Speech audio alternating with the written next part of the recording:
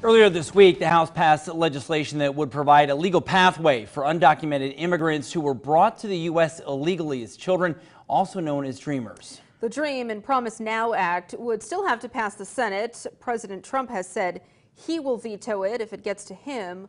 Local 22's Courtney Kramer has been following this story and tonight telling us the local impact. Hi, Courtney. Well, good evening, Glenn and Lauren. Today, Congressman Peter Welch publicly called on Senate Majority Leader Mitch McConnell to bring the act to the Senate floor for a vote. Welch said most Americans support the act, but it's stuck in the political process. He calls it life-changing for students like Juan Conde and millions of other Dreamers. I'm calling on Senator McConnell today to do the right thing.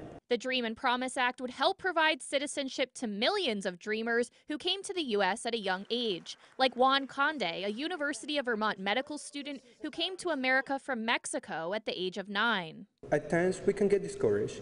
We can lose some hope and wonder what our place in America is. Juan said the University of Vermont was one of the first to open its doors to DACA students wanting to study medicine, accepting them into its program since 2015. It has been and it will continue to be our practice to protect undocumented students to the maximum extent under federal law. But President Donald Trump put an end to DACA in 2017 and has since pushed for a border wall and other immigration policies. It is a very large worry, and I think it's something that keeps us awake at night.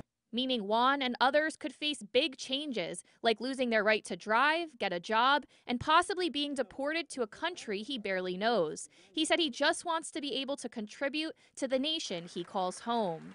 If I finish medical school, I wouldn't be able to practice medicine because I wouldn't be able to get a job. It makes very little sense when we have grown here. We have lived our whole lives here. Out of concern, Juan wrote to Vermont's congressional delegation, who's now fighting for him and others. Put that bill on the floor and let the Senate vote. So Juan and millions of Dreamers can live the American dream. Continue serving to make our medical community better, to make our state stronger, to make our nation more tolerant and open and inclusive. That's what this is about.